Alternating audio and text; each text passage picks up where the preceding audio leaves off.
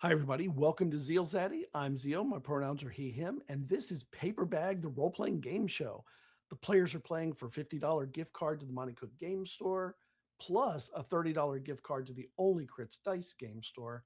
And all participants receive a product from one of our sponsors, which include these amazing companies: Monte Cook Games, the legendary creators of Numenera, Invisible Sun, Cypher 2.0 coming out later in the year. The Kickstarter was amazing. Um, and we roll only crits dice here on Paperbag, and that's because we only want to roll crits. Alligator Alley Entertainment, the creators of Esper Genesis, Tales and Tomes from the Forgotten Library, and many other products. Gonza Gaming, who released, I think it was middle of last year, Mystery Flesh Pit National Park, which is a crazy cool game system.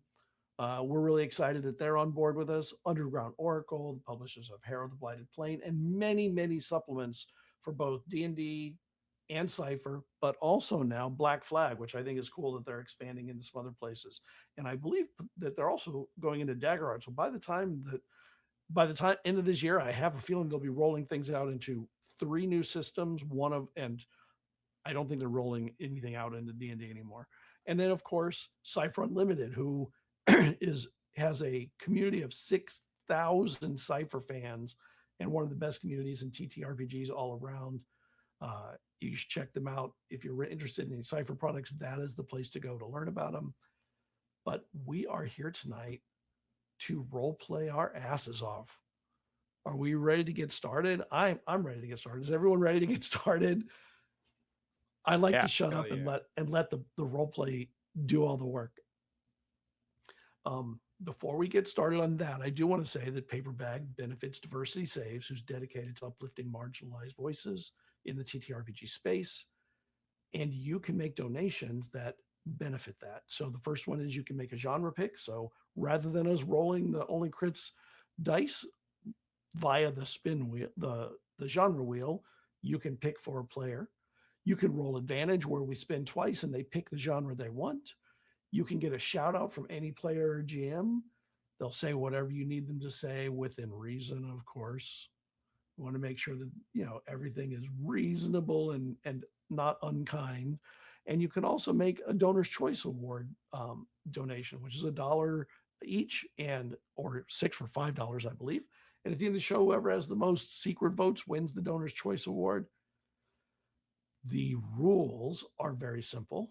Each GM runs one scene with each player, guides them to their highest, best performance from a random genre, and then and once that's done, you get to vote as chat and the GMs. They get to give a star rating, our stars and wishes, at least our stars part, for the player's performance. Remember, you're giving a rating to the player, not the GM.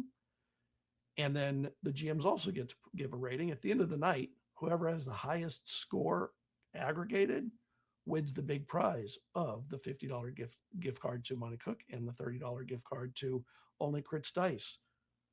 Let's get GM1, that is Dennis, and PC1, that is Jay. Let's get them a genre. Let's spin the Dice of Destiny. It is.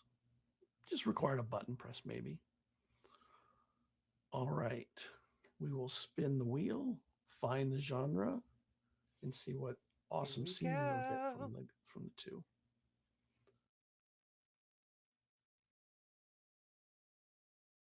Mystery, film noir. Very cool. All right. So the two of them are going to be sent scene prompts. They will have 3 minutes to kind of read the scene and get into a good headspace for it, understand the scene as best they can. And when they come back, they're going to give us an amazing performance.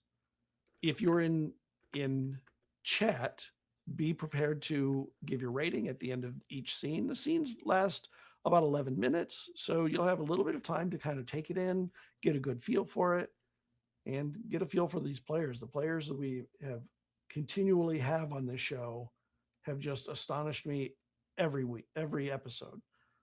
There is a content warning of murder, and the scene is inspired by Knives Out, which if you're going to do mystery and or film noir, that is an amazing option to work from. So now that they're in the cone of silence, Yeah, I'll go ahead and are start you ready? talking. Okay. Yeah, I guess. Hi, everyone. This is your voice in the sky, your producer for this evening. My name is Nicola. I use she, they pronouns. And in addition to being the technical producer and director for this show, I am also a board member for Diversity Saves. Diversity Saves is a 501c3 nonprofit created by BIPOC, LGBTQIA, neurodivergent, and disabled individuals in the tabletop role playing game space. We came together because we saw a gap, not just in who gets represented in the stories we play, but in who gets the opportunity to create them. We believe that representation isn't a luxury, but it's the heart of storytelling and community. Our mission is simple: uplift marginalized communities in the tabletop role playing space by providing resources, visibility, and financial support. Through our grant program, we've already distributed over $7,000 directly to creators and organizations, bringing new stories, new systems, and new perspectives to life. When more people get to shape the worlds we play in, those worlds become richer, braver, and more honest. Every hour volunteered, every dollar donated, and every share or signal boost helps us amplify voices that deserve to be heard. If you value a TTRPG community where everyone gets a seat at the table, consider supporting our work in whatever way you can at diversitysaves.org. How you feeling, Dennis J? Oh, I'm so ready for this. Ready to kick All this right. off. So, Dennis, when you begin the narrative, the clock will begin. The scene is yours. Rain is typical in this city, and it's a typical evening. The cafe isn't particularly notable, just a classic corner coffee shop, windows all around. There's only a few people inside. There's an old man sitting at the counter reading the newspaper. There's a middle-aged woman who's putting on her coat, getting ready to leave. And there's the woman behind the counter refilling a coffee pot with an apron, blonde hair tied back into a ponytail, and a gold nameplate that reads Shelley.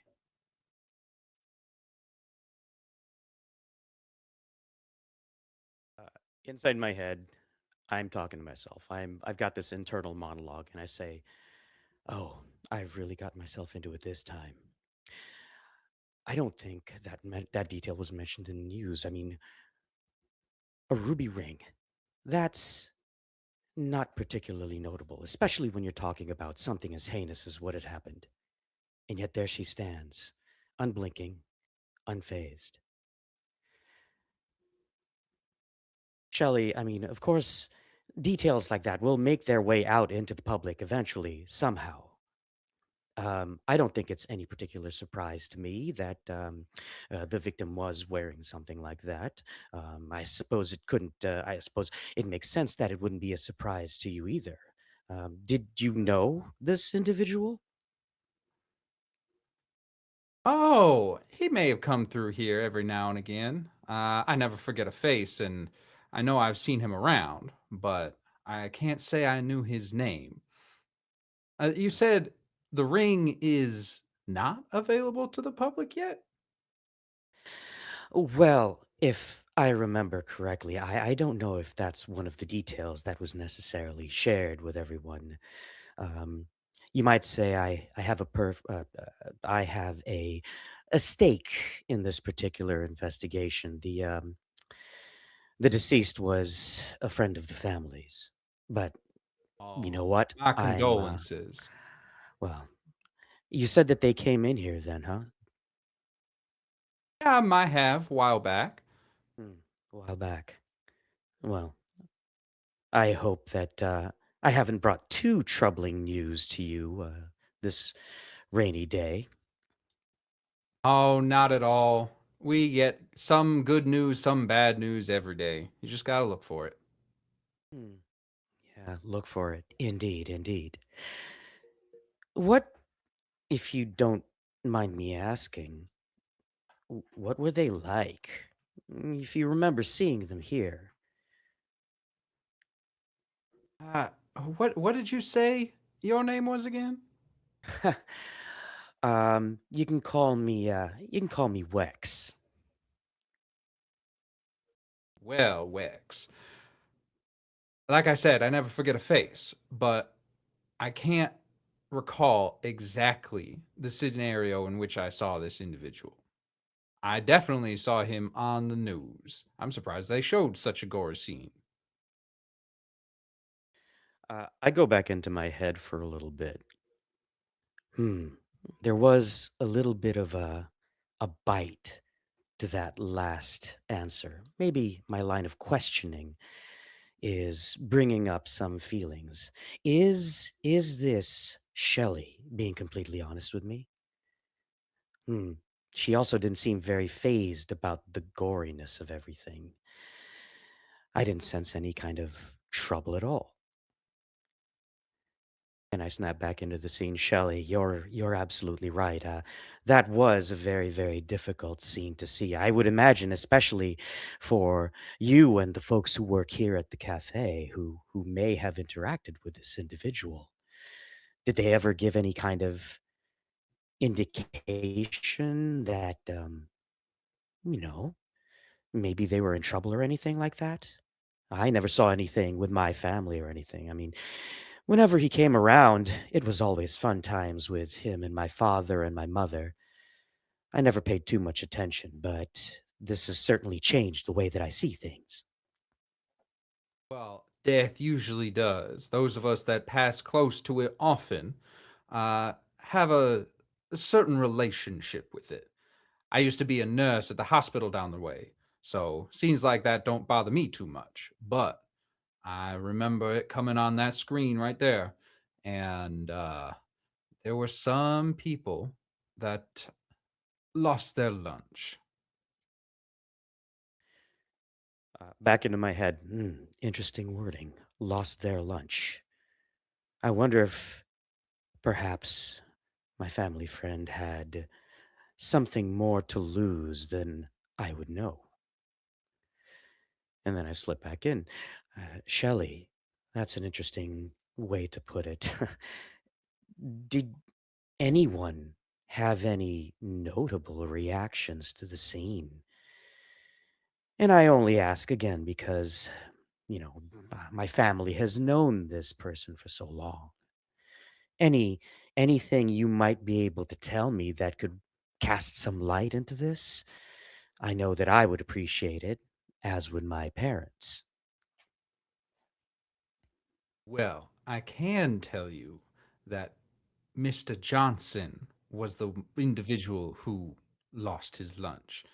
Took me about 15 minutes to clean up, and I didn't have many customers the rest of the day, seeing as the smell tended to linger.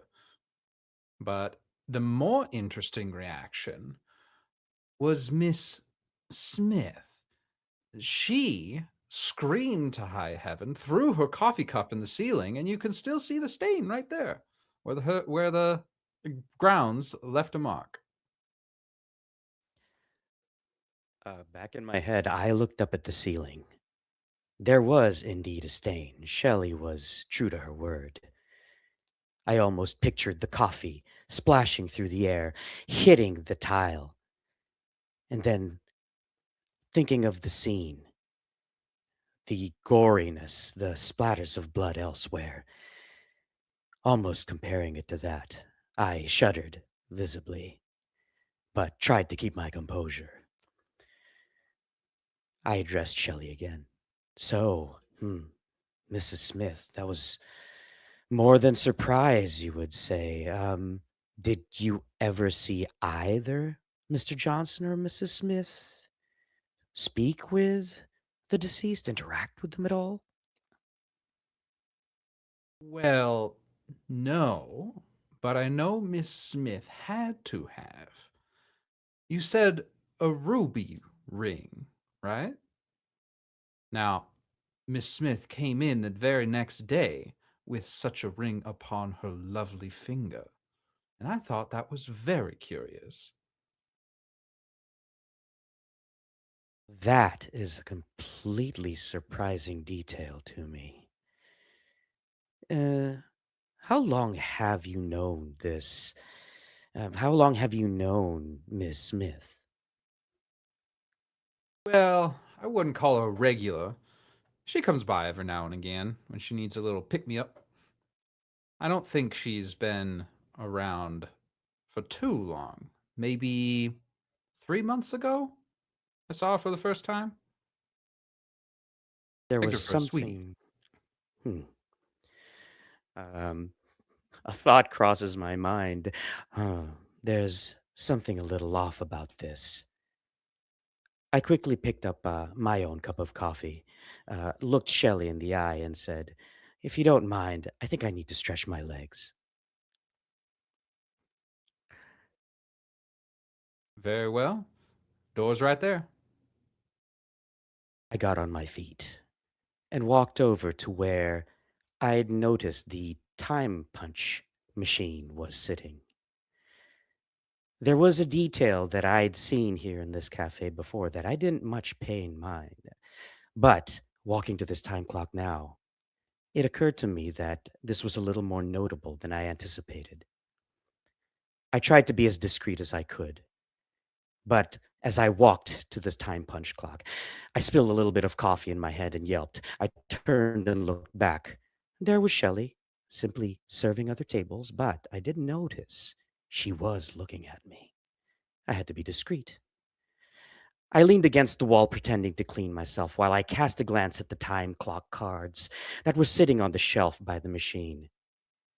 My suspicions were confirmed. Shelley, first name; last name, Smith. Pieces started to come together in my mind. Perhaps there was a little bit of foul play, and perhaps, Shelley may know just a little bit more about this Ms. Smith. I took a sip of my coffee. The temperature was perfect. As I walked back to Shelley, I sat back down. When I caught her eye, I turned to her and said, "I think you and I need to have a much longer talk in private, Shelley Smith." And that is scene.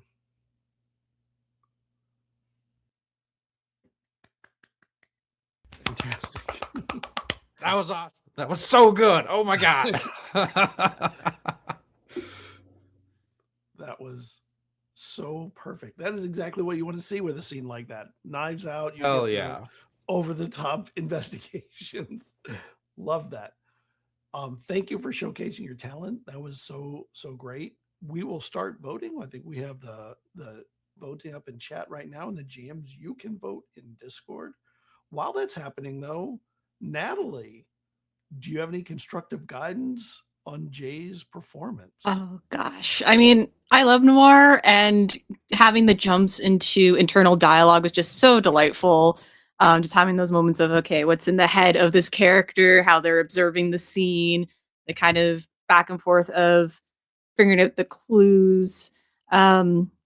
And just coming to those, like bouncing off Dennis on those decisions of is in the environment and how they're reacting to Shelley, I thought was just a lot of fun. And I see it pop up in chat. It's hard not to do noir or anything Knives inspired without a little bit of an accent. I agree. It just there's a certain amount of scene chewing that has to be done in this kind of thing, and I think Jay nailed it. Nice. And now, Dennis, what did you think of your thoughts on the performance that you got out of Jay? Well, I had decided pretty early on that I was going to play Shelley very not necessarily mysterious, but normal reactions, feels normal for everything, with like a little bit of, okay, that's a little bit weird. And I wanted to let Jay pick out what the twist was going to be, and I did not see Shelley is the killer coming. Yeah, that it was funny. Even in chat, we got a dun dun dun at that potential revelation. That was so great. Excellent choice. I believe that the voting just closed. So we are going to move on to the next set of performers. That is going to be Natalie and Sophia. Are you two feeling ready for the genre wheel and the things it will give to you? Absolutely. Let's roll the dice of destiny and find out what they are. The dice of destiny are brought to you by Only Crits Dice.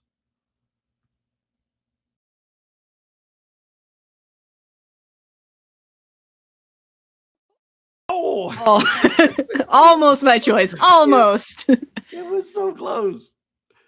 You'll have about 3 minutes to read through them when the information is sent to you. In the meantime, while that's getting ready, why don't we talk to Dennis a bit? Find out what things Dennis has been doing and learn who Dennis is. Dennis, who are you? Where should people find you? What have you been up to that's really cool and TTRPG or maybe not related? Well, lately, you've been able to find me over on socials at okayest__dm. I mentioned I do have a YouTube channel. It has not seen very much activity recently, but there's still some good content there. I originally created it because I saw a ton of advice for this is what you should do and this is how you should run your game all over the internet. And I'm like, well, that's maybe true for your table. I want to know something for mine, and I'm the only one that can figure that out. So instead of telling and making suggestions as to what other people should do, I just try stuff and let the people know how it went for me personally. All I've really got are anecdotes. And I think that is the most I have to offer, at least as far as that YouTube channel went. More recently, as a byproduct of the OGL debacle, I created my own system called Sagas, and it stands for Setting and Genre Agnostic System, and it is designed to be exactly that. It is a very simple learn in 5 minutes, start playing in 15 kind of system, but you can do literally anything with it. We have my favorite right now is a game I ran over on Roll D5, and I believe it's still their most viewed VOD on their YouTube channel. And we I set it up so that every single round of combat we would roll on a table or spin a wheel just like this one to find out what the new genre was. And I got the players got opportunities to take their same character and put them in new outfits for the new genre, and I got to describe the new scene for the new genre every round of combat. And we went from like a hospital drama to a slasher horror to we ended up in a Denny's at one point. It was absolute chaos, and it was so much fun. More recent, that has been my game design journey. We had a Kickstarter for it in January, February of 2022, raised close to $10,000 for it. We have all the art is done. All the rules have been written, and the PDF is available for free on my itch and on DriveThruRPG. And we are just waiting on the layout design now to release the final product. But all the rules have been set in stone for quite some time, and we've even started making one-page supplements for it, so you can play in different anime universes and a lot of other stuff like that. So were there things you learned from building out your YouTube channel and basically experimenting in your own games that you brought into Sagas, or is it pretty much everything you learned became Sagas? Pretty much everything I learned became Sagas. I wanted it to be unique enough to merit its own existence, and I wanted it to have a solution for all the common problems I was running into for D&D. Awesome. Well, we have our participants in the next scene ready to go. How you feeling about it, Natalie, Sophia? I think I got it. Okay. So we will hand it over to you when when you begin the narrative. The scene begins and the Well, clock starts. Scott, you forgot to read the content warnings. Oh, let me look at the content warnings. Oh, yeah, you are right. I was so enthralled by what was going on with sagas. The content warnings. Oh, so there are no content warnings, and this scene was inspired by Muppet Treasure Island and Blackadder Goes Forth. So have fun with that one. The scene is yours. Salt. You stand on the main deck. The air is still as winds have seemed to disappear the last 3 days. The humid salt air clinging to everything. It's been even longer since the ship has even found any sort of prize, whether plunder from another ship or even an island that you could raid. The crew has given you a task. A mutiny. Any mutiny. Anything to try and maybe change the circumstances. How it can be accomplished through just the stillness of these waters. Well, that is up to you. And there on the deck, you see your captain. Captain Dren stands tall, focused on the horizon, their audacious hat in full rainbow plumage, just still, only moving when they turn their head. But in their regalia of captain outfits, they turn, you see the familiar face, weathered by salt air, aged from time and battles, and just a slight cocky grin, kind of half off, showing golden teeth that have replaced from the long battles that they have suffered over the years. But they turn to you, and with a solid nod, they just give a deep laugh. Ha ha! So, Salt, what is going on with the crew today?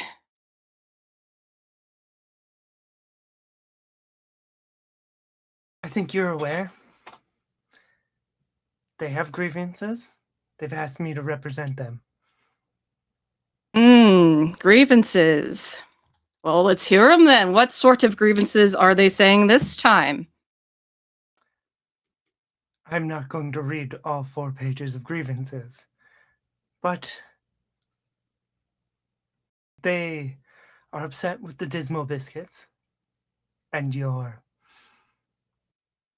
hat. My hat! And they reach up and touch the hat, and then they run their hand along the plumage that flattens underneath it before it springs up. Well, that's just can't judge a captain by their hat like that. Well, it does seem quite inappropriate, especially since we haven't had anything, and we are now stranded with no wind. And you strut around with those feathers? I mean, can't do anything about wind. Feathers doesn't affect wind. And he gestures wildly up to the sails. But as for everything else, well, you just have to have some faith. You gotta be able to find what needs to be found to bring us in the direction we need to go. I can't do anything about the biscuits, though. Those stale very quickly. Well, I must say I do agree. Maybe not with their methods, but with what they're saying. It has been weeks. Weeks is too long. You know the men's patience has never lasted that long. Well then, Sold, what do you think would be the solution then to brighten these people's spirits, to bring up the crew so they may feel less inclined to mutiny against a captain who is used to mutiny?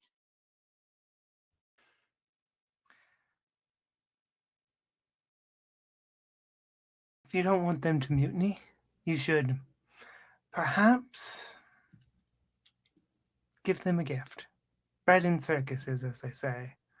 Maybe a personal stash, or a few extra coins to calm their hearts.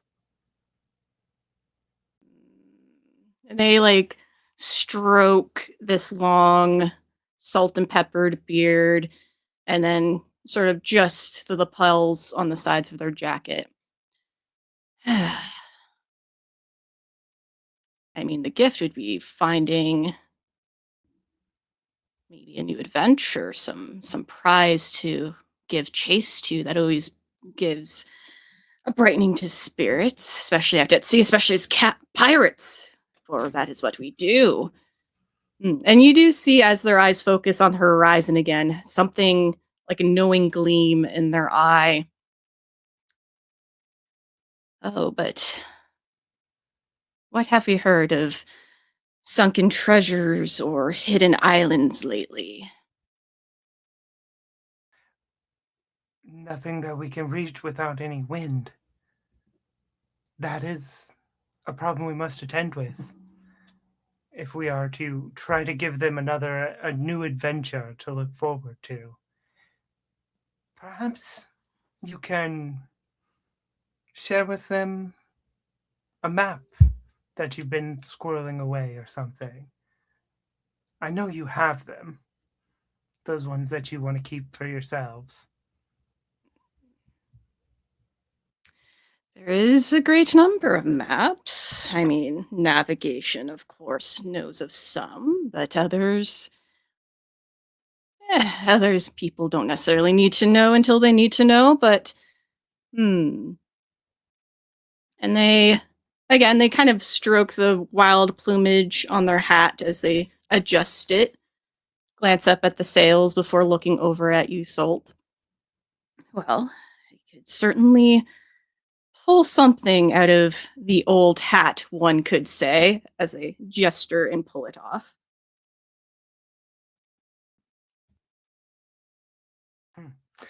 Yes.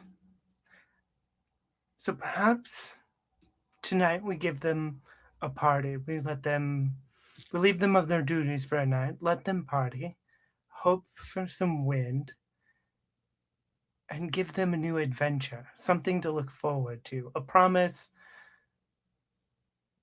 of treasure that they've been waiting for. Promises of treasure is always there, and they pluck one of the smaller plumes, like a little golden feather, and twirl it in their fingers. But the promise of wind might be more entertaining. Maybe. Well, yes, but so we can't do anything about the wind, but we can hope for wind.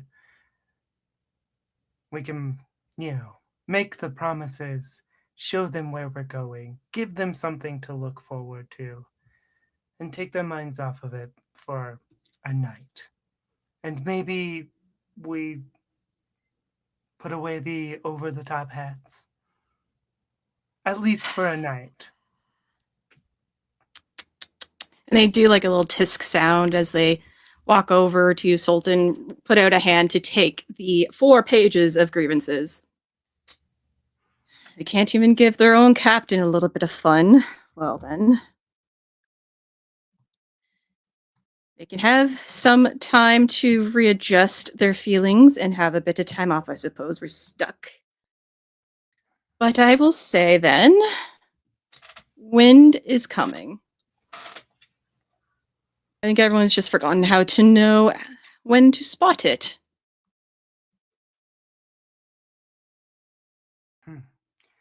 Well, as captain, that is more of your duty. So it is wind coming.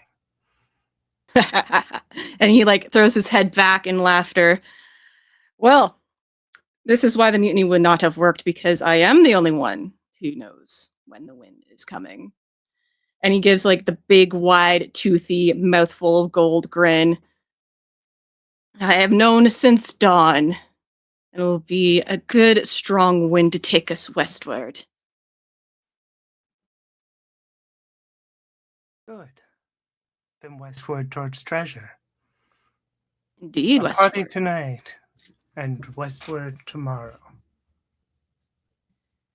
And he goes to ready to put the hat back on, but as they do, they pull out a folded up piece of paper, shake it open, and it sort of unfurls in that Z pattern of a map and hands it to Solt. Maybe let this be the thing that changes their spirits, and we will set sail once the winds pick up in the sails. So glances at the map and like her eyes light up for a moment. A good choice. I'm sure it will. I will tell the men to bring up the rum, and I will make the announcement for what we plan, for what you plan. And hopefully that will still their hearts. Please do, for you are now the first mate. It's important you take on that duty as assuredly as anyone can. Yes, and Captain, I do hope that you're not lying about the wind, but I trust you. They give a hearty laugh again as they just adjust their hat. And as the hat settles, the feathers settle, there is a slight motion in the feathers in the opposite direction from where their head has shaken. That shows just that subtle hint of breeze starting to pick up. So smiles a little bit and then heads off to tell the crew. I think that's our scene. Awesome. Thank you for showcasing your awesome talent there. Chat, the voting is open for the next 2 minutes, so you can give Sophia your 1 to 5 star rating, with 5 being fantastic, of course. Remember, you're only voting on the player, not on the GM. GMs, you can also vote in Discord. While that's going on, Dennis, what did you think of Sophia's first mate piracy? I didn't read the actual. I'm not sure what pieces of the prompt was given to who, but I didn't read it until about 60 seconds ago, and I'm realizing that like there was a lot to fit into this tiny scene. I don't think you missed a single detail. And I know I certainly would have. So it's definitely something I couldn't do. Well done. I think that keeping track of everything that a scene needs is one of the most important skills you can have. All right. And Natalie, what about your thoughts on Sophia's performance with you? Yeah, I mean, it was a kind of fun scene seeing like Muppet Treasure Island as one of the inspirations has allowed us to kind of be a little more lighthearted and comedic. I think she did very well with trying to bring up like solutions and trying to get into touching on those keynotes of like, hey, the crew is not happy with you, so can we do something? And I like the suggestion of a party and bringing up the rum. I thought that was very good. Yeah. All right. So we should be reaching the end of the star ratings right about now. I think we have just hit it. All right. Let's move on to the next scene, which will be Dennis and Chris. Chris, your first scene for the night. You've had 2 to give you some context on how this thing works. Are you feeling good about it? Oh, I'm so excited. Let's see what the Dice of Destiny gives you. Let's roll away. The Dice of Destiny is brought to you by Only Crits Dice. And you will be getting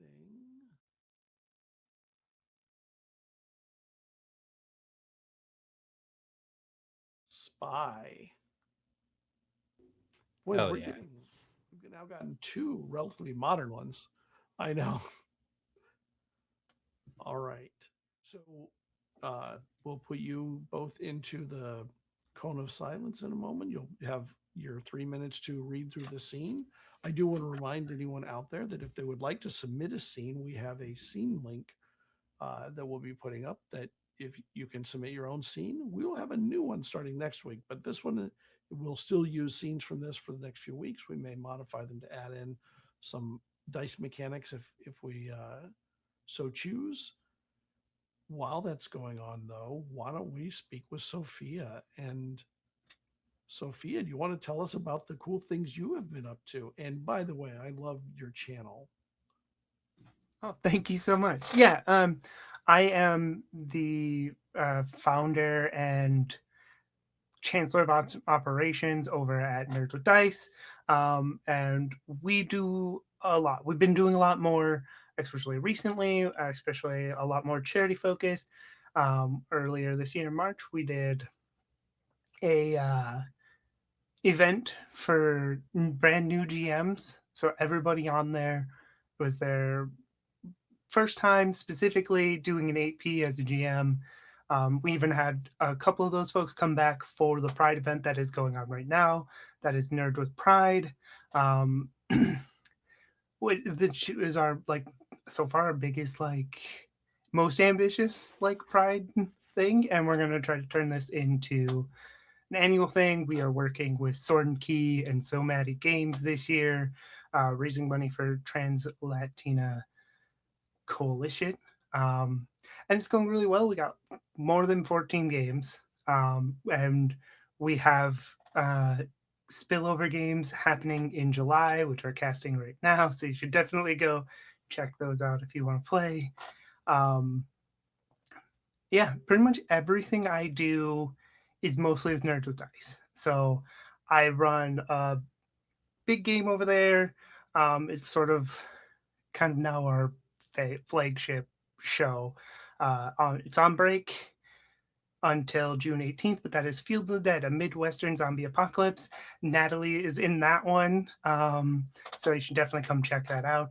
We are in season 2, so it's a lot of fun, and we have this season, in the first half, we had guests, so we split into 2 groups, following both of them week by week, and then we're going back to our main group in the second half of the season.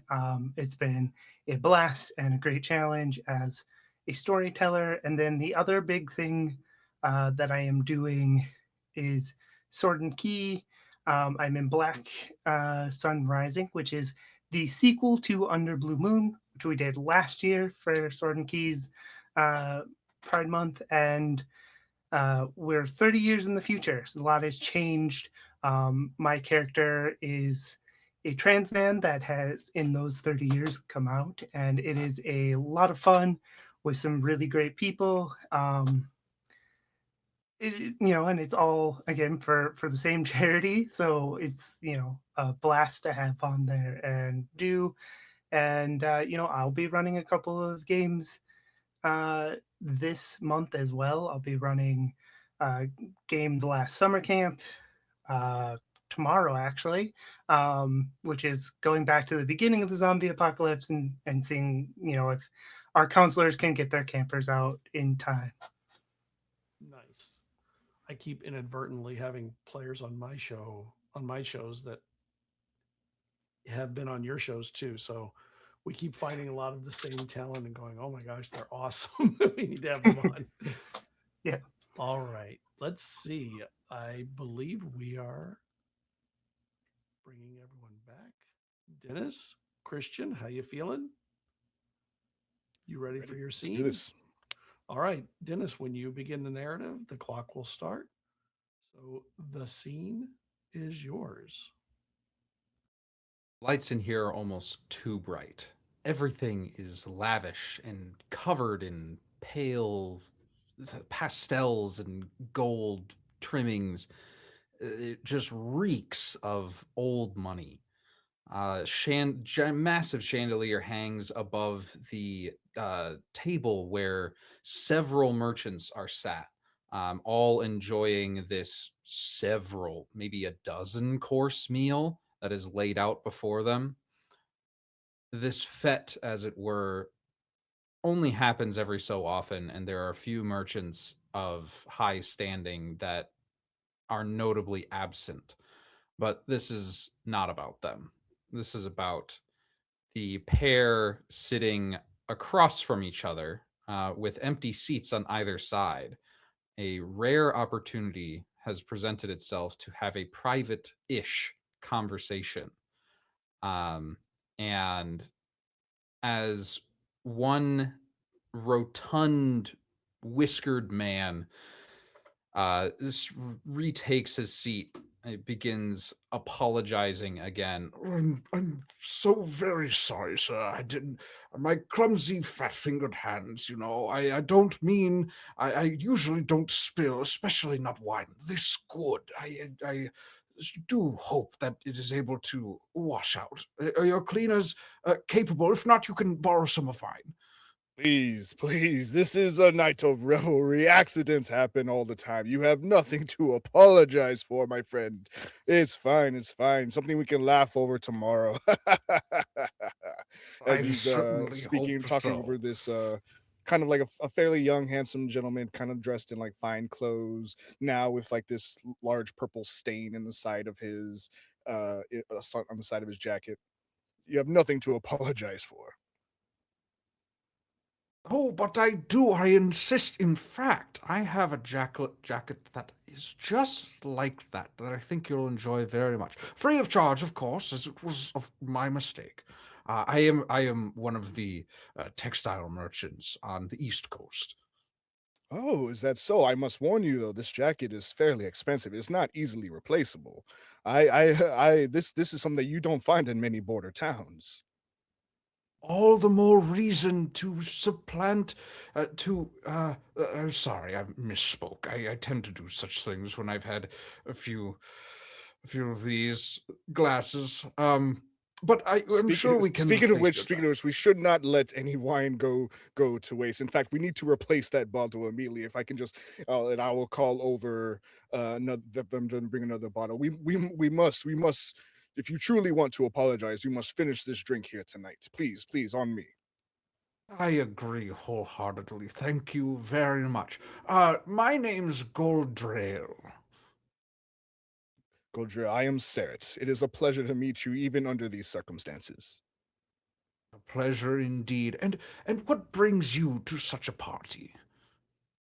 Oh, I just find myself where the people tend to be, where there is revelry, you will find Saret eventually. How about yourself? What brings you over? I've noticed there are many merchants in the area. Is there some type of trade going on? Oh, there will be many trades after this party. I have struck quite a few lucrative bargains in this very room myself at past ones. Oh, is that so? You know, I don't want to say I'm much of a gossip, but I do find the relations between high level merchants and royals and nobles and such. I do find the stories that come up so interesting. Have you heard anything? Have you heard anything anything particularly juicy here tonight?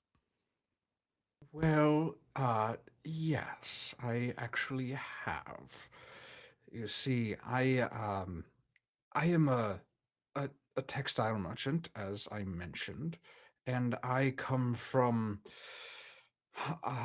I see, if you can tell by my colors, I am Armadan.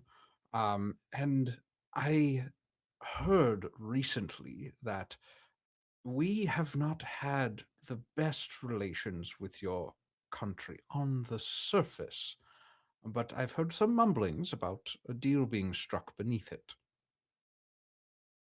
Oh, is that so? I'm not one for politics, to tell you the truth.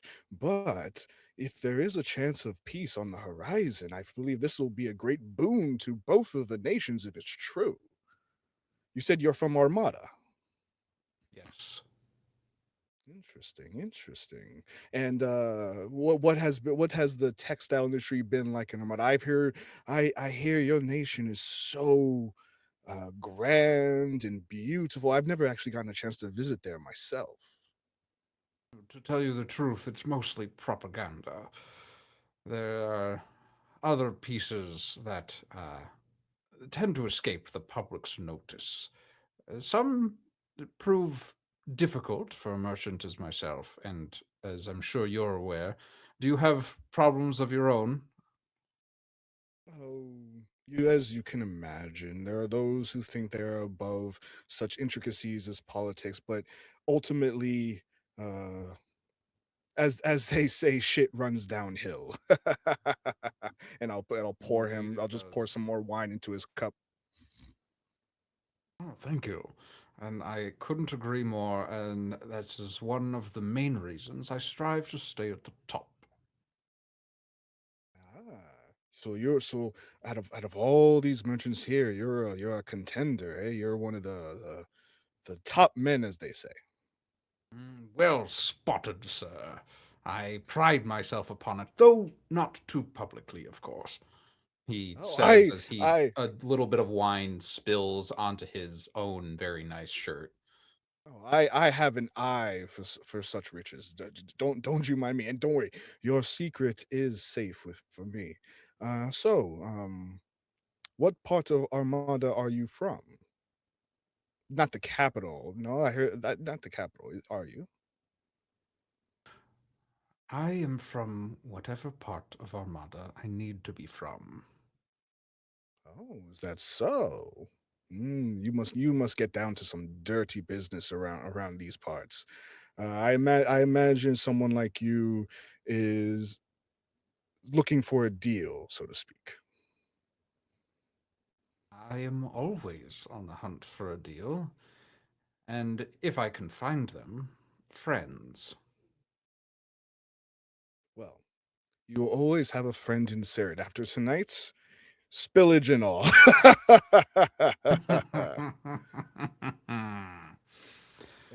I do Well, not think it is an accident that we are here in this inn in this night, my friend. I think we can. I think there are great things on the horizon for the both of us if we open our eyes to it.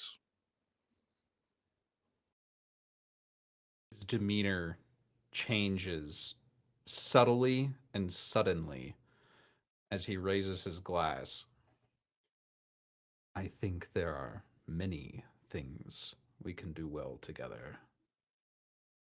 I will meet him at his cheers and sip some wine. Put the cup down. Now, the only thing we need to discuss here and now are what our next steps are going to be. Don't you agree? I do. Now, Voldane and Armada, this conflict between these nations will come to an end one way or another.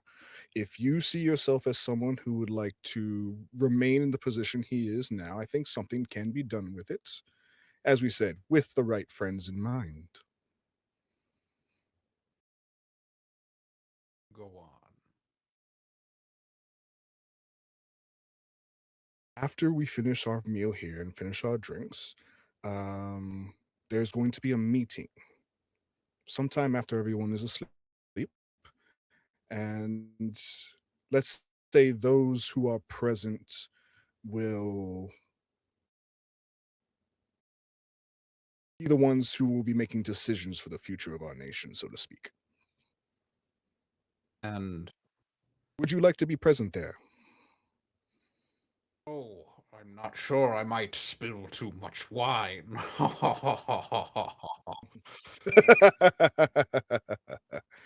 Then I suggest you sober up because things will get very serious very soon.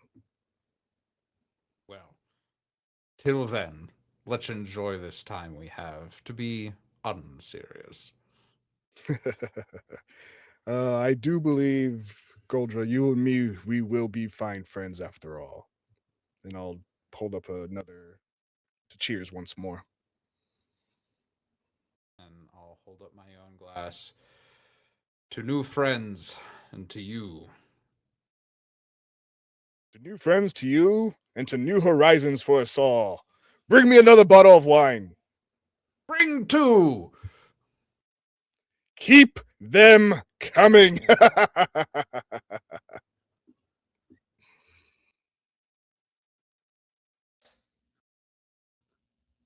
And I believe that is end scene. Awesome. Love that. The voting or the starring is now open for the next 2 minutes, and the GMs can vote in Discord. While that's going on, Natalie, what did you think of the performance, the first performance of Christian? Yeah, I mean, with it being spy themed and stuff, I just love that the underlined back and forth, the quiet poking and cutting to see what information can be gotten out of the other, like Dennis's NPC.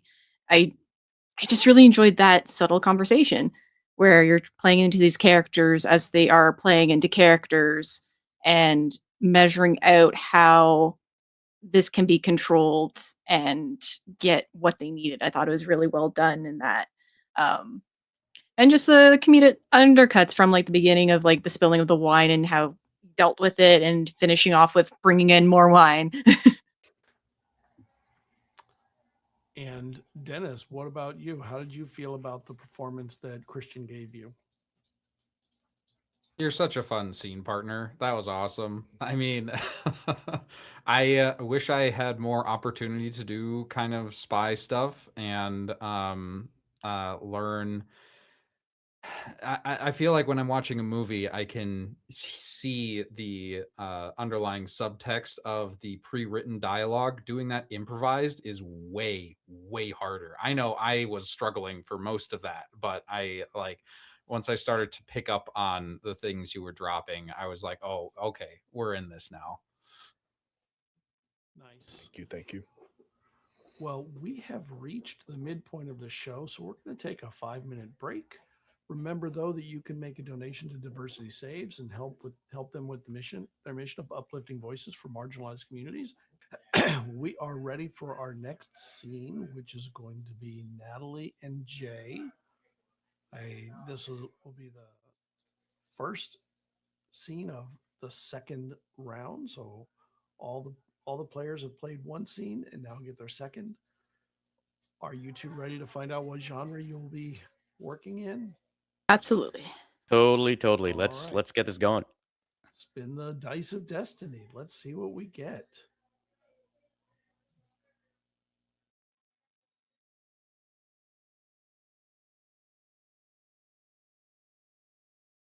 Space opera it is. I think that's our first sci-fi tonight. Fantastic. Awesome.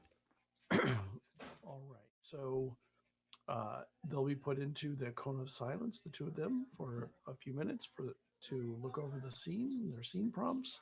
While that's going on, though, why don't we spend a few minutes with Christian and find out about the cool things they have been up to? Christian, what have you been up to? Well, I am fairly new to the AP scene. Only did my first one maybe like about a year ago, doing some stuff with Looking for Mom. But I am currently in the middle of a campaign of TV the RPG at Paracosm Entertainment called Villains by the Hour. I'm doing that with Sophia and our lovely producer Nicola, which has been a lot of fun. I actually have a lot of stuff planned out for the future. Going to be doing a Glitter Hearts campaign in the next couple months called Guardians of the Celestial Sky. So if anybody's a fan of like Power Rangers, Super Sentai, Kamen Riders type of stuff, that's what we're going for. And I'll be doing stuff for Streaming Rainbow in the fall with their Inferno campaign, which is different players playing the same characters as they make their ways out of hell Dante through as told via Dante's Inferno. So real hell, the dark demonic. Yeah, going through all the layers and one by one and everything like that. Nice. The Glitter Hearts, by the way, is a great game, and Greg is a friend of the show. Has been on some of the charities on one of the charity streams that I'd done few months ago, but I also interviewed him for Story Talk at one of the conferences. Really fascinating person. Love the mystery business too. That's one of his other games. It's basically a Scooby Doo game. Super fun. Yeah, So you I got to say meet Greg through that, and yeah, he's fantastic. you say that you're new to AP. Are you new to TTRPG? No, I've been in the hobby for probably over a decade at this point, a little bit more than over a decade, and then I've been doing improvised theater and acting for a little bit longer than that. Uh, it's basically, as soon as I made a bunch of theater friends, they got me into D&D, and then I never looked Right. back. It's the perfect practice for when you're not on the set. You Yeah, still and get to do some of as the it turns out, arcade stuff. and as it turns out, I love playing pretend. I just really like to play pretend with my friends, and it's a lot of fun, Yeah. as we see here tonight. We're all theater kids. Even the ones that are not the heavy into role playing ones, they're really theater kids too. They just don't know it yet. What are some of the games that you would love to try that you haven't tried? Anything on the horizon that you're like thinking about running or playing in that you would like to dip your toes into? uh all the various versions of like stuff that's like powered by the apocalypse. Like I haven't done anything. I've done a few. I've done City of Mist. I've done Mass, but I'd love to try like Monster of the Week. I'd love to do Monster Hearts, um Thirsty Sword Lesbians. I'd want to there's I'm trying to work on my own version of a Clue game. Like probably couldn't call it Clue if I ever tried to monetize it, but using the kids on bike systems. And I've been playing around with that, trying to build characters through that, and it's been a lot of fun delving deep and like trying to add more story to the Clue game when each character only has like a very like this is them and this is their color. And trying to build up on that. It's been a lot of fun. Fantastic. Well, we're happy you found your way into the AP space, and good luck finding and doing some cool work in the acting space too. That's fantastic. I'd love to see that, and I'd love to see that. This show, I think, is a perfect showcase for people from both sides of that. That's one of the things that I wanted to create the show for was to bring together those who come from acting and those that come from TTRPG because I think that we're all so connected and connectable. All right. Are Natalie, are you and Jay ready for your scene? Yeah. Absolutely. There are no content warnings, but it is a scene inspired by Firefly, which I think every space opera fan loves Firefly, with no exceptions, pretty much none. All right, so Natalie, when you begin the narrative, the scene is yours.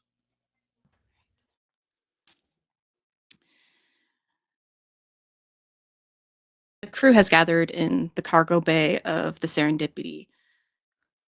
There's a plan of sorts, but there seems to be something may have kind of went to the leeway of it all. As you stand there, Wessel, you are hearing your crewmate Bricks as they're going over, showing off the data pad, going over the information. And as they go on, you know there's something wrong. But the crew is listening and the clock is running out. All right. Bricks, I see exactly what you're showing me here. And I hear you. Mr. Shoney is ending up a little more high profile than we expected. But you know what? Isn't that to our advantage? We need the credits. I mean, the serendipity needs new fuel cells. I mean, how are we going to be able to shovel ourselves across the galaxy on this bucket of bolts if we don't get the fuel cells we need? Yes, just he'll and they adjust their glasses, Bricks. Just and we can see that there is, this person is far richer, but they are quite paranoid. So maybe if we can hit them there, I might be able to distract them from what we need to do. And well, Bricks, now hold on. Let me just take a look at that. And I kind of scrub through the data pad. Okay, I see what you're now. Paranoid. Yeah, you're right about that. It's the security detail in it. I mean, security is always a problem with any high target, and this particular target seems to be even higher than what we are used to scoping out. Um, however, um, because of that, we can always adjust. We just need to adjust maybe how we hit this schedule here and where we hit the events in here, and they start like going over like adapting all the things that were already said, and you can already plan out that there's still so much missing in this plan, but Brooks is trying so hard to push it. Now, bricks. It's all right. I get you. I hear what you're saying. The only problem with this accelerating this plan right here is that that ventilation shaft that we're hoping to crawl through. There's a blast of compressed heating element that gets piped through that at least once every 10 minutes. Uh, that's going to be a feat of timing that we don't have the luxury of being able to shall we say, fuck up. Now, I got another proposition for you. Um, Mr. Shoney, he and his family and I have gotten into a tussle before. And I think our presence here in the system, maybe that's why this security detail has been, shall we say, buffed up a little bit. Oh, and their eyes go a little bit wide as they turn their data pad back around, trying to scrub through all the information and seeing them flip as just the changing of light and coloration on their face and in their glasses go. Like, all right, you had a tussle, okay? That changes things, but we can make this work. We absolutely can. We've been in tight situations before, so instead of the vents, maybe if we enter um, maybe one of the networks, maybe switch off a couple of the security gates. See, Briggs, that's why I like you. You're never say die spirit. Uh, and I do not plan on saying die for this one. Mr. Shoney is too big of a target. And like I said, we need this target. You can't take this guy from me. Now, uh, I am gonna need everyone at peak performance. I mean, I'm gonna have to. I think I may have to go and charm a few people with my boots on the ground as well. Okay, and they start like typing in different notes, making adjustments. It's like, okay, more in person. Yes, we can adjust for that. And they fix their glasses a little bit. Um, in what way do you intend to even be on boots on the ground? We got to figure out how to get you in and what kind of cover you're going to have.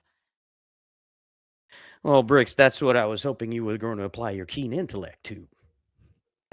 And again, they sort of adjust their glasses, push their hair back.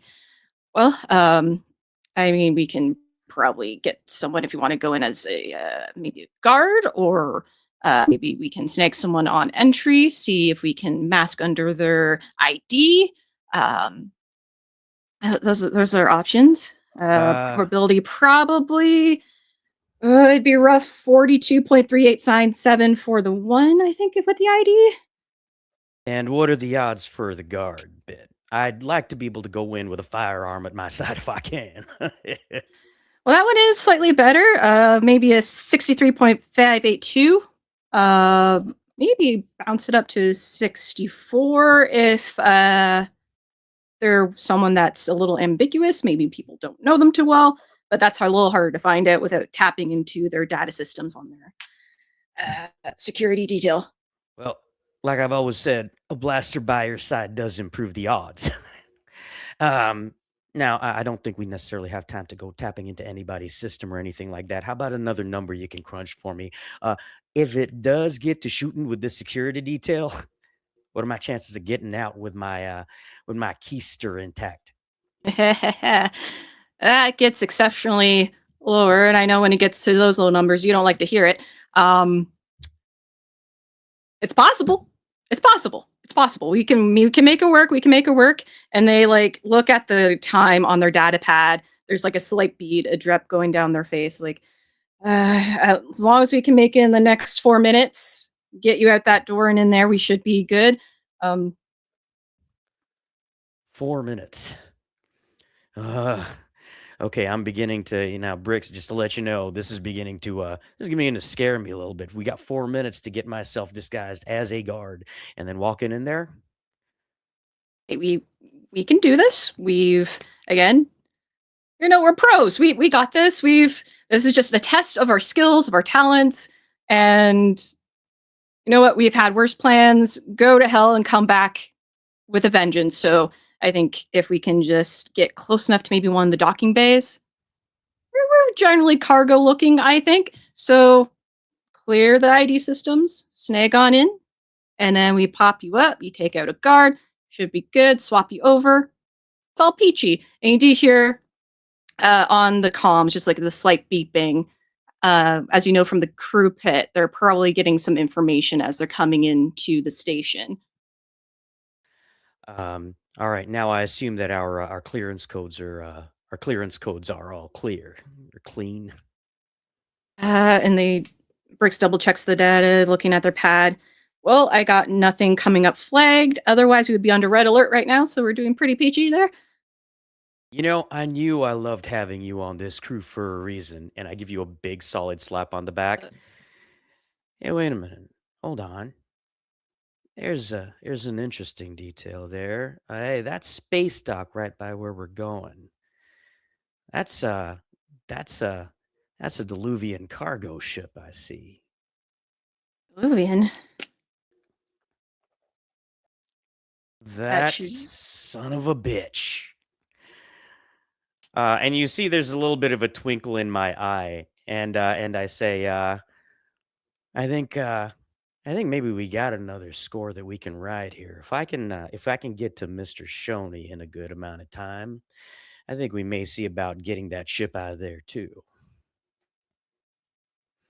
Okay. And they look at their data, start plugging in new numbers. Okay, your Diluvian ship. I guess if things go to shit, you can hop that ship. I don't know. Your plan on the fly at that point, I suppose. Well, as they like to say, maniwala ka sa akin, maniniwala ako sa'yo. If you believe in me, I'll believe in you, friend. Great. This plan is gonna work. And they like go to do a double thumbs up, but then they like, fumble a little bit with their pad and just do the single thumbs up. I as the pad slips out of your hand, I kind of like pluck it in midair. I put it in your hands and I look you square in the eye and I say, 64% with blasters by my side, and then a possibility if the blasters get to firing. I think we've seen worse odds, and I think we have faced a lot worse for a lot less. They kind of nod at you, the white sheen across the glasses as they show you like the end results of all their data. Like, well, we've been on the uptick lately, so I think you got this. You know what? Let's go ahead and keep the Serendipity's blasters spun up so that if it does get down to the wire, we can come out a shooting.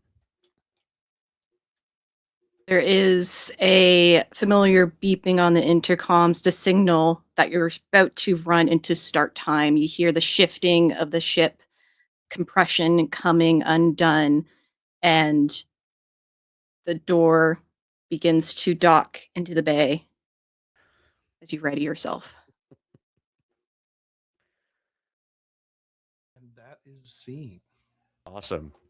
Damn, that felt like a Firefly show. It was just on target. It was on target for what you're trying to achieve, I think, with that. Awesome, because I've never seen Firefly. The dynamic was fantastic. I mean, just coming from me, it was great. I loved it. The starring is up on chat, so you can put in your star rating of the player. That is of Jay. The GMs can do the same thing. While they're doing that, Dennis, any constructive criticism on Jay's performance? No, none whatsoever. I'm sorry, I'm no help at all. Literally, like from the first 10 seconds of you talking as your character, I immediately knew everything about them. It was so well done. The vernacular you use, the twang of an accent, the you did much better of thinking of words than I'm doing right now. Way better. All right, Natalie, what did you think of the performance that Jay gave you? It was such a fun back and forth. I had a lot of fun with it, and absolutely agree. You're just able to come in and improv with those just choice lines and words was amazing. I was able to, it helped me also stay in a character to know how to react to you and take a lead from you on what you were coming up with in the scene. So it just made it so fun, especially since I was a little nervous. As I said, I never seen Firefly, so I was trying to measure where the inspiration I could hit it on, and I think you allowed me to hit that with your performance. Yeah, Thank I you. don't think we would have ever known that you had never seen Firefly. You've settled right in right away. All right, I think the voting has. Okay, so yeah, voting's almost done. Nicola is jumping in because is no one going to talk about how you said you can't take this guy from me because I'm still freaking out right now. I had to work something in. I'm the biggest Firefly fan ever. I'm just freaking out in the background. Okay, muting myself again. All right. Well, while you're muting yourself, we are going to move to the next scene, which is going to be Dennis and Sophia. Are you feeling ready? Let's see what you get from the Dice of Destiny, brought to you by Only Crits Dice. The choices are narrowing. Kind of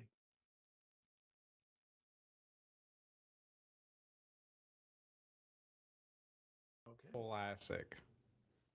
the most classic of classics. All right. Well, the two of you will be put into the cone of silence in a moment. While that is going on, we're going to talk with Natalie about the incredibly busy schedule you keep for your performance, productions, illustration, all the things you do. And at the same time, it doesn't feel like I'm doing a lot. So yes, I am Natalie Jay, known as Ghost Candle most places on the internet for socials. And yeah, I'm a freelance artist, an actual play performer. So part of my art, lifelong pursuit and professional pursuit as well. I've studied animation, illustration, game design, 3D, just everything related to art I love studying. But I do work as mainly an illustrator. I've illustrated for Hit Point Press and Chaosism on a couple of their projects. I also include a lot of indies in my stuff. So I have done stuff for Scott before and some of his homebrew stuff. And supplements, I've worked with other people. I've done work on Warren Guard, which is like about dragon riding. As well as sometimes I dabble in my own projects. I've done my own solo tabletop game, and I'll sometimes participate in jams, just like to get the practice out there. For performance stuff, of course, I started here on ZealZaddy, and you can see me in the very long D&D adventure we had in Alexia. Though nowadays, I think we're in our 4th or 5th episode of Daggerheart. So you see me there on Thursday nights. Or I should say here on Thursday nights with ZealZaddy, which has been super fun. Super, super fun getting to know that system. Wednesday nights, I'm over on a new channel called Cozy's Trauma Corner, and we're currently playing Sentine Sensibility, which is sort of a Bridgerton's meets Power Rangers. And we do a lot of heavy roleplay in that one, and that one's been super delightful. And I just flutter about. You can see me, as Sophia mentioned before, I've been over at Nerds of Dice. I've been part of their Fields of the Dead campaign since season 1. And like Sophia said, we're going to be into season 2 starting soon. I will also be in a one-shot over on Nerds with Dice as part of the Pride Month. On Monday, playing a one-shot of Vezin, which is my first time in Vezin. I'm super excited for it because I love my classic folk horror with fae and fairy and ghosts. And I love joining tables and playing games and role playing. It's my way to get acting and improv that I don't usually get to do in other spaces. So it's been a good time. And I'm gonna shout you out for your illustration work. That it is beautiful work. I've commissioned pieces from you. I know Lally on Press has commissioned some beautiful pieces from you. So if you're looking for an illustrator, I can tell you you'll get great professional work from Natalie, and you will never be disappointed with a single piece. Thank you. What about like I don't think I've seen you run a game until tonight. Oh, it's But been a you long time did since I run a thing, GM'd. right? Yeah, I've run some my own homebrewed Humblewood stuff. So Humblewood is from Hit Point Press.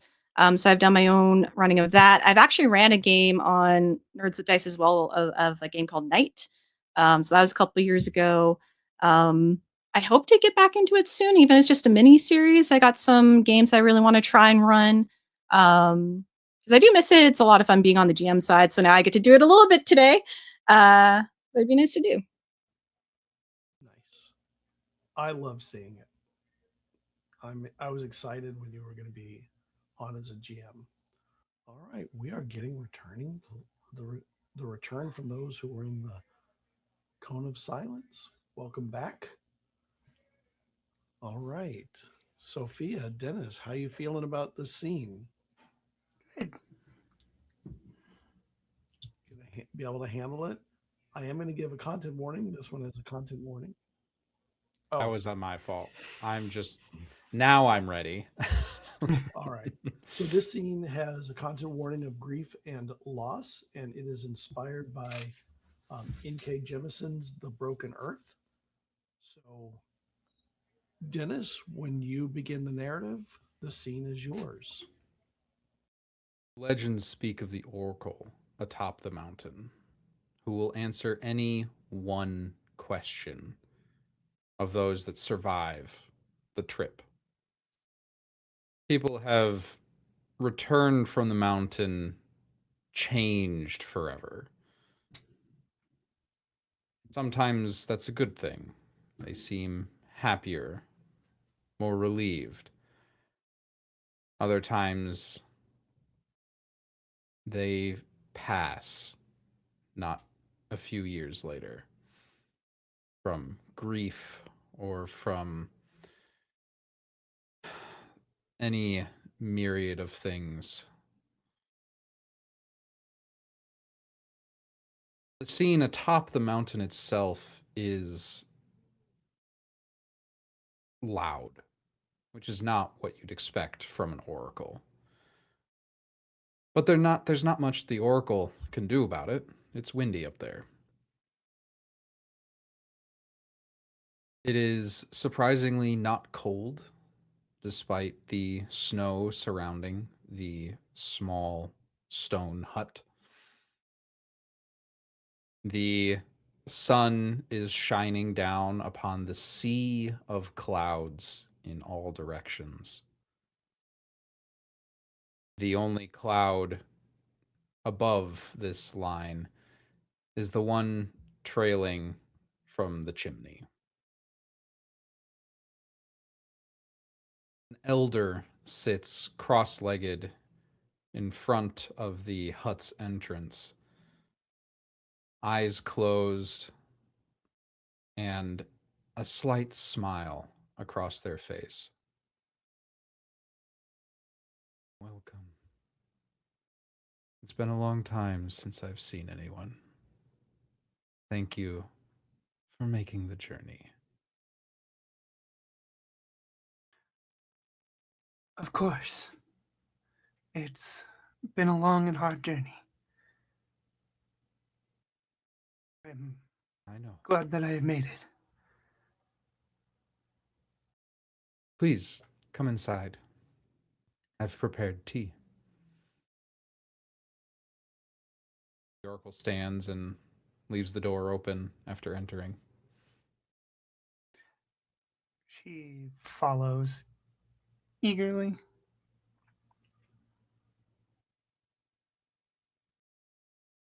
Inside is significantly quieter, though infinitely more cramped.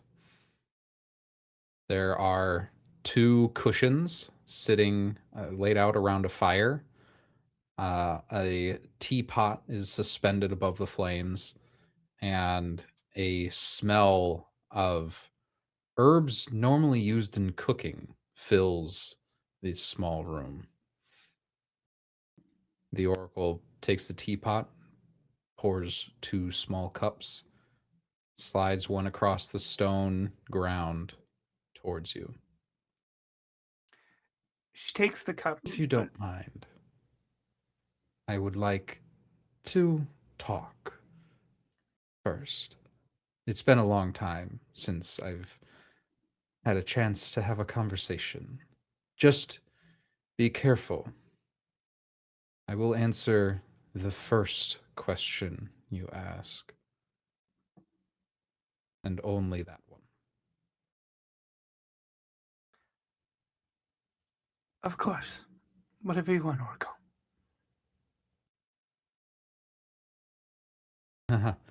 I think you misunderstand. It is whatever you want. There have been many people who come here and ask what they think they want to know the answer to. Rarely is it the question they should be asking. Tell me, what troubles you so much to force a climb of this mountain?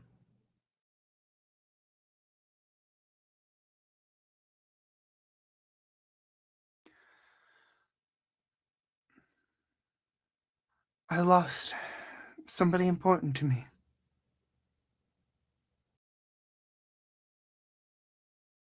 And I am finding it extremely difficult without her around,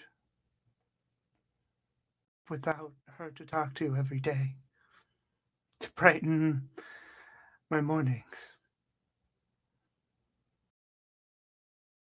I'm sorry.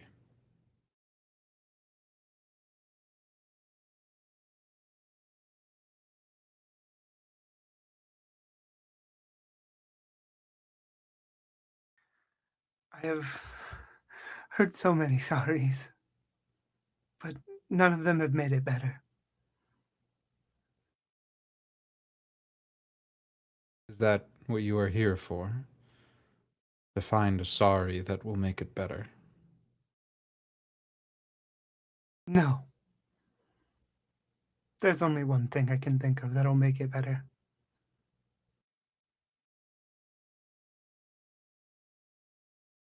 I think, my dear, there's only one thing you can think of at all. This is true.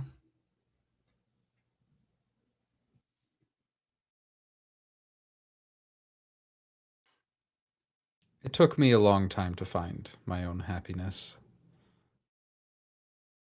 I choose isolation, partially because of my curse, the one of questions and answers, but also because longevity brings loss, inevitably. I've learned that life seems like a tragedy, but when you understand the deepest parts of yourself, it becomes comedy.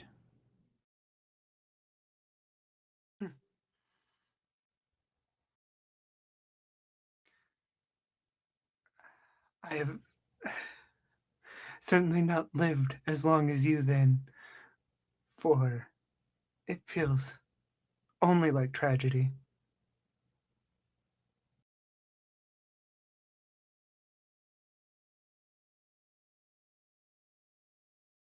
If you are ready,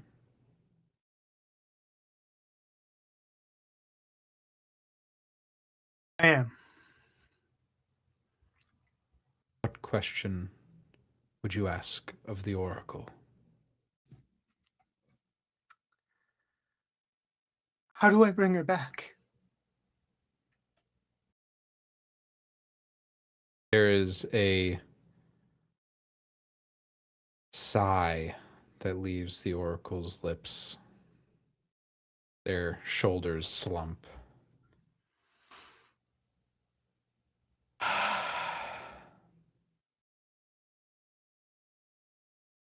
Their head suddenly whips back, and the wind from outside fills the interior of the hut. The oracle's eyes have rolled back, and a deep voice escapes their lips and fills this tiny hut with the echoing of a massive cave. You can't.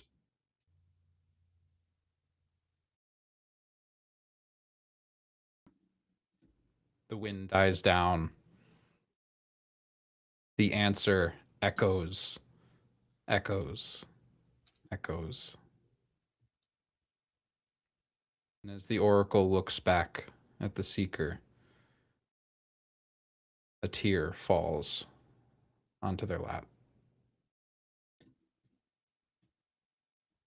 I've traveled too far. That can't be the answer.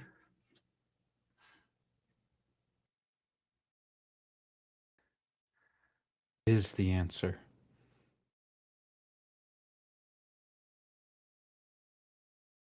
How? How do I keep going?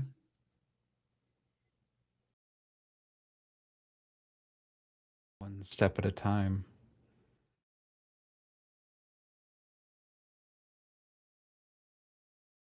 You must find what makes this comedy.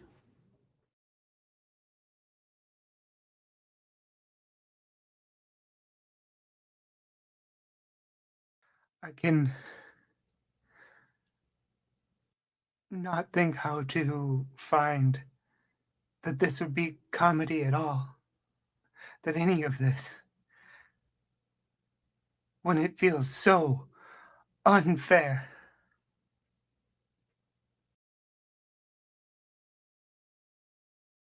I have seen countless futures. Some in which I am here, and some in which I am not. You will find the ones where you make it through this.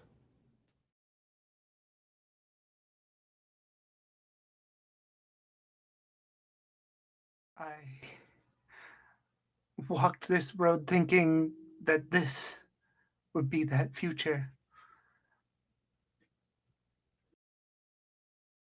And your joy now is that you get to find a new one.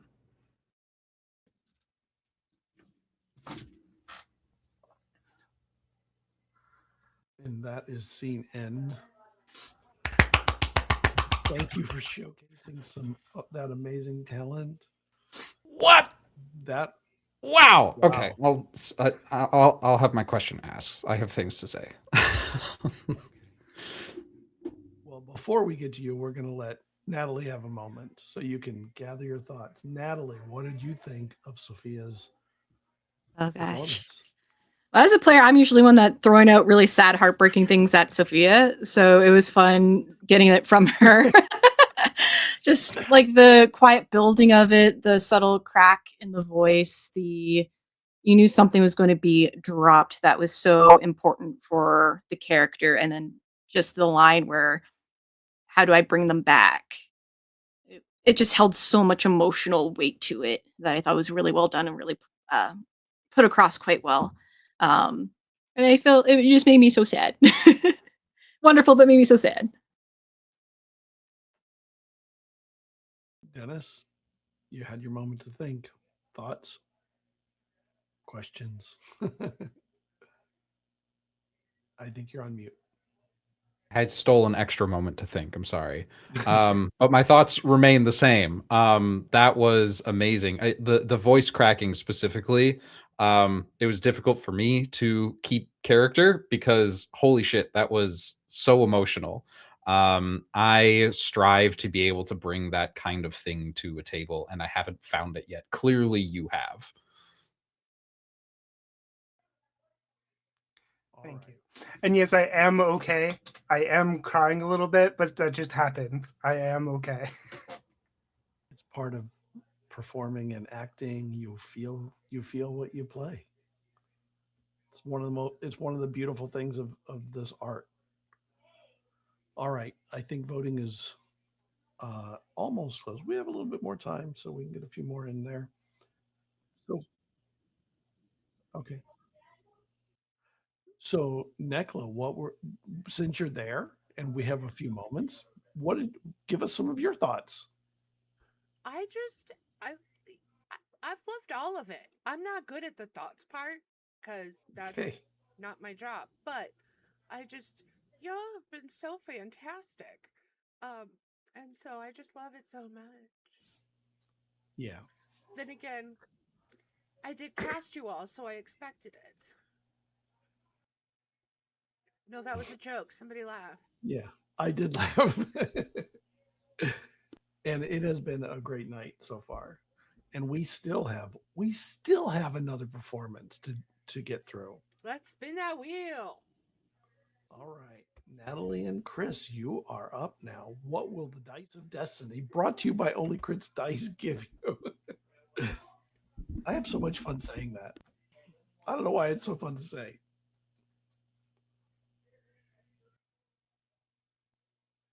Oh, Oh, player choice. Christian, look at the wheel. What that is still there? Wheel is- Would you want to tackle? So much. Ooh, I feel so. I've actually been really curious. I don't know what the whole thing says, but Modern Monster Hunter. I'm assuming that says. Yeah, Modern Monster Hunt. Yeah, let's do that.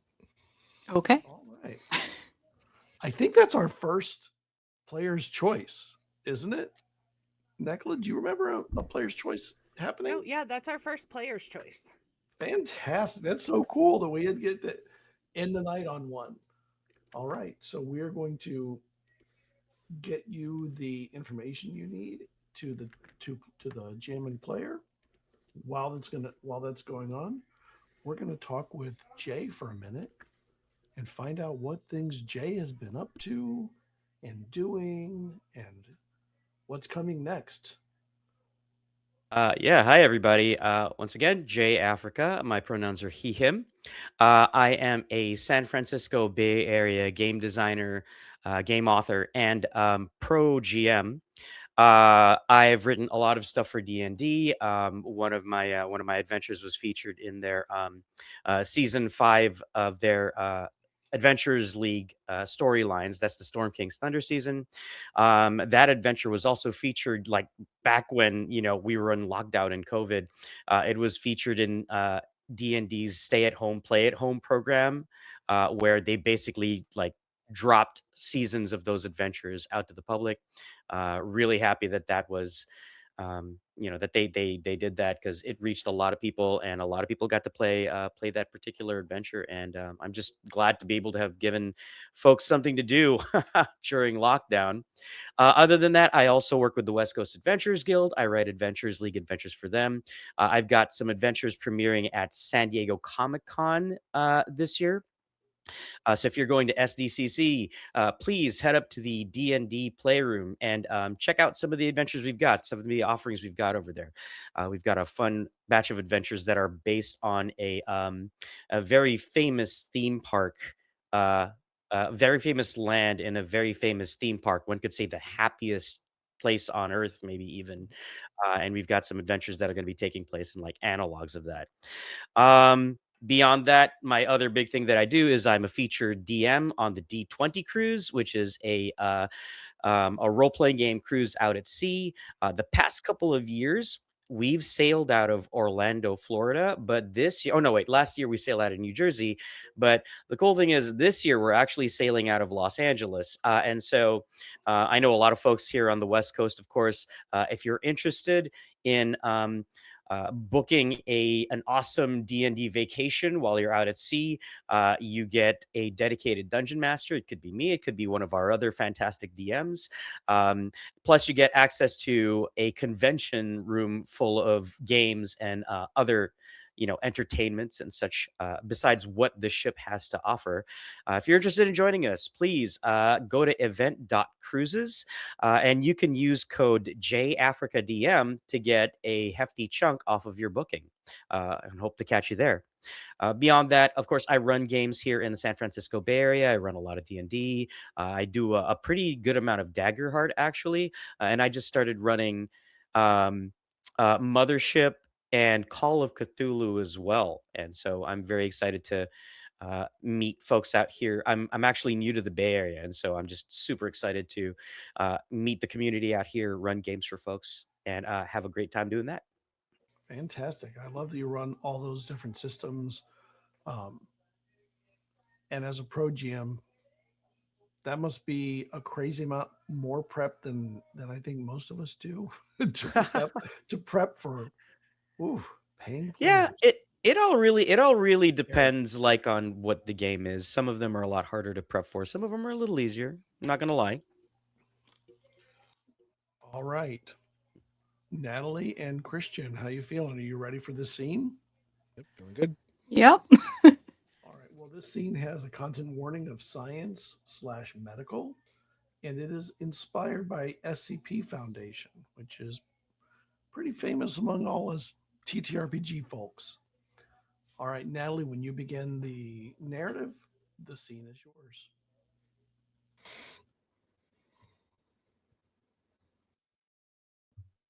Observation room is cold, colored by white fluorescent lights that just seem a little too bright. And through the thick safety glass, just on the room below, you observe the entity, seemingly human in nature, at least in shape, and they are sitting still, watching back through the glass. You know it shouldn't be able to see, but who knows what entities can see when they are down there in any of these spaces. It has existed, at least in this space, for the past 11 years, contained, seemingly unbothered.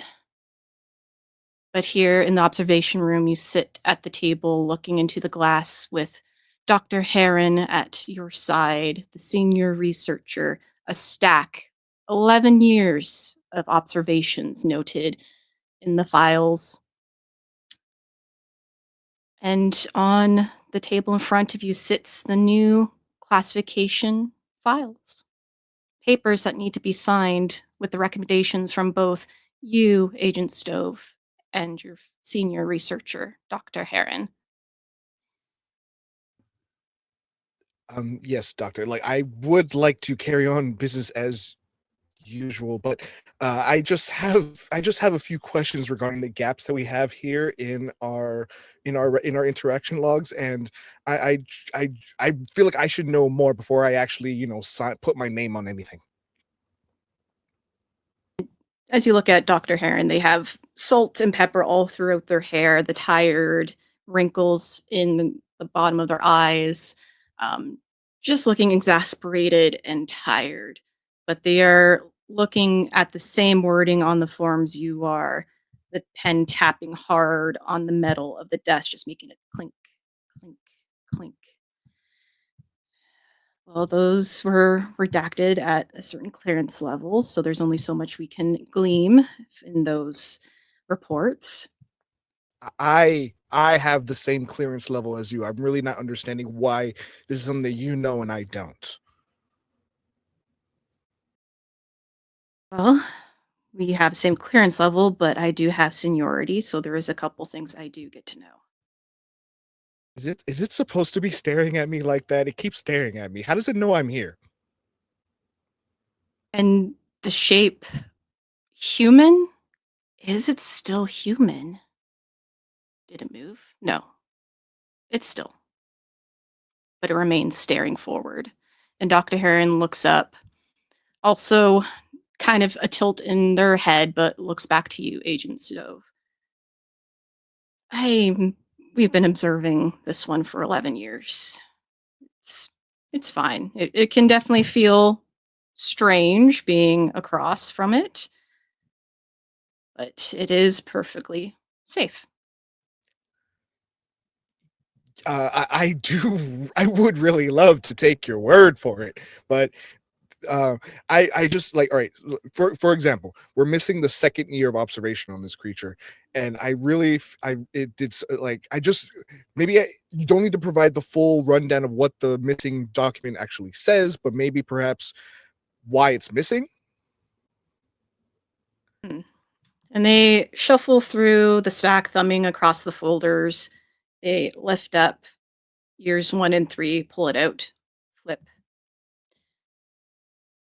Well, it seems there is redacted information year 3 on any explanation for why 2 is gone, but classification has remained the same. And then they start pulling one folder one by one.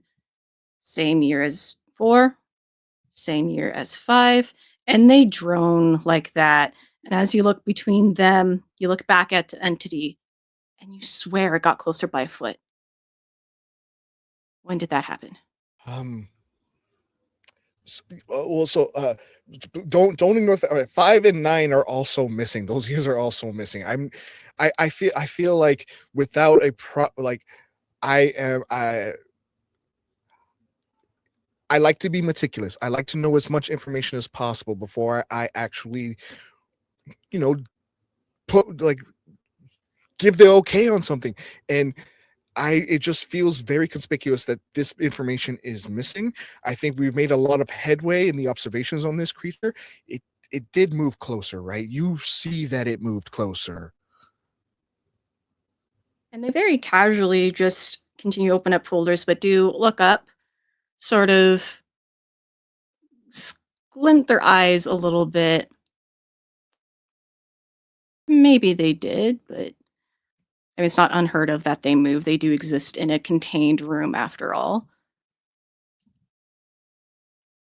Now, I Just that, suppose the information that's missing always seems to come when it happens when the creature is interacting with newer members of the company, and one-on-one interactions seem to be missing entirely, although that is protocol for everything that we keep here. So did something go wrong? Did you hear that? I thought I heard something. again, the doctor taps their pen on the table, just gives a shake of their head, but looking through the files, you just say, well, if anything was important to note from during those times, it would have put it in the protocols.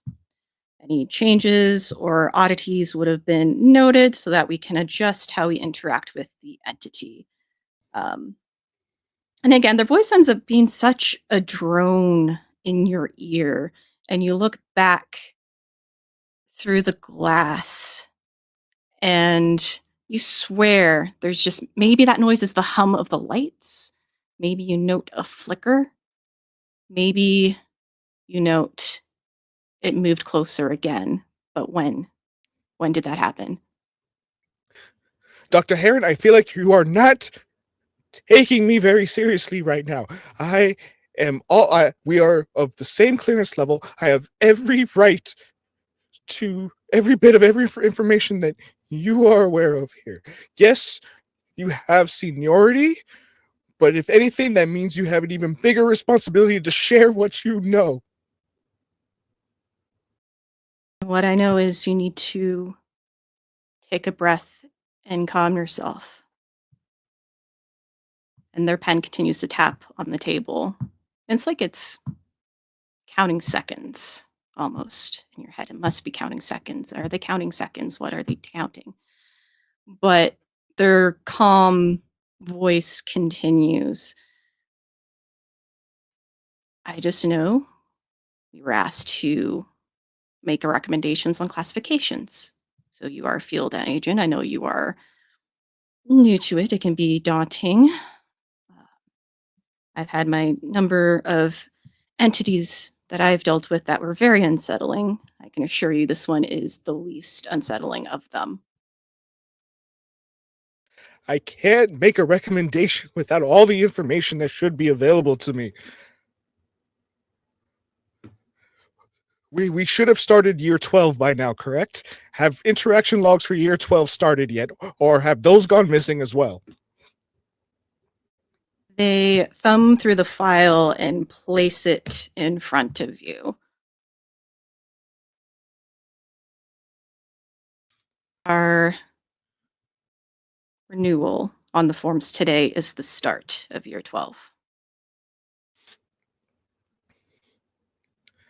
Is it fine if I look through it myself, just to see initial observations? Please do.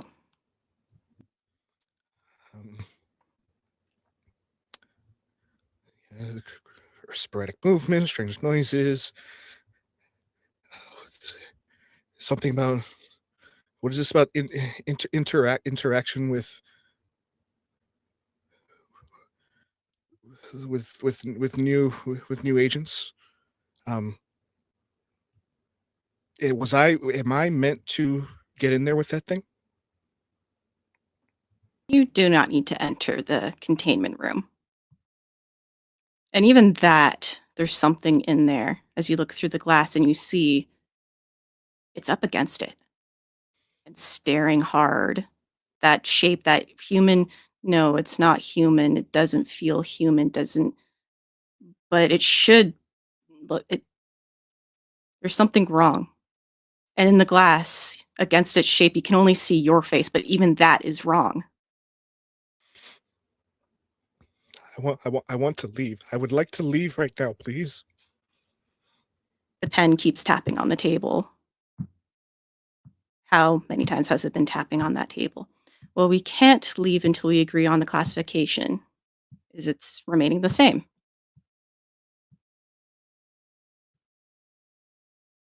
Am I being observed right now? By you, by it? We are all being observed at all times, everywhere.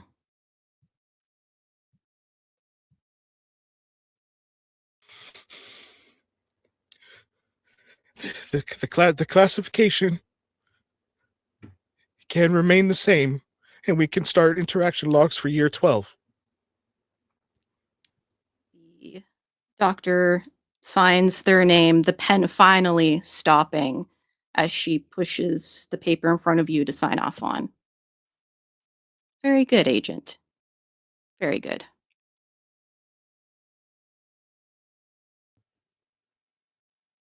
And that is scene. That was a nerve-wracking scene to watch. Wow. Again, just fantastic. All right. Well, the voting will be going up in chat. You'll have a couple minutes to put in your star rating of Christian's performance. Remember, you're doing this for the player, not the GM.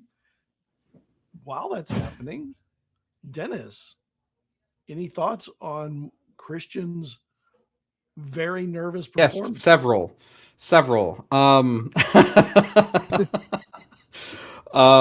I have seen so many, like I've started to recently watch more and more horror content through film, reading books, shows, whatever. I've seen this exact scene so many times, and no matter how many times I see it, something new is, like, a new twist is brought to it. And the fact that I think for me it was that we didn't ever see it happen. It didn't happen. And the tension constantly about it's going to happen and then not happening at the end. I'm still on edge, like white knuckling my freaking armrests. That was so, I felt the character's fear. I truly did. Thank you. All right. Natalie, what do you have to say about the performance Christian gave you? I am delighted. The building of anxiety was so fun, especially on a horror perspective. It gives so much on the GM side to be able to pick apart how to push the anxiety gently and let the player have control on that. It was just wonderful to play off of that. I think you pulled it off so well. And just the choices of when to start amping it up along with what I was giving you was really fun. And so it kind of informed me of when to throw a little bit more pressure onto you. So that was a wonderful, like, I love horror anxiety and dealing with it. Yeah, that is hard to pull off well, but adding things like the ticking pin and space to hold your breath. I was going to say to breathe, but actually to hold your breath. Fantastic. It makes horror work so well. Well, we have reached the end of the voting and the end of the final scene. While that is being tallied up, I want to quickly thank the audience, the players, the GMs, the producers, Nicola, and Natalie for joining us in the DM's chair. And most importantly, thank you all for supporting Diversity Saves. We also appreciate the backing of our sponsors, Monte Cook Games, Only Crits Dice, Gonza Gaming, Underground Oracle, Alligator Alley, and SciFi Unlimited. And I believe, and Necklace so fast at tallying, I bet they're done already. Hold on. Yes, okay. I technically am. However, I'm having to edit my sheet to go 3 decimal places. That's how close the Okay. scoring is on this one. So I had to go through to make sure that Beautiful. yeah, it was 0.004 difference. Anyways. All right. Let us drum roll. Drum roll. All right. In third place, we have Sophia with a Awesome. 4.04 for combined score. In second place, we have Jay with 4.688. And so our winner this evening is Chris with 4.692. They were so close.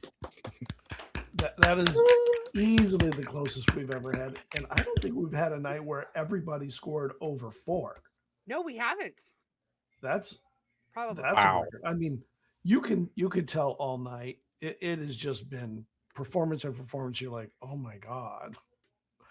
Thank you for joining us. We'll be back in 2 weeks.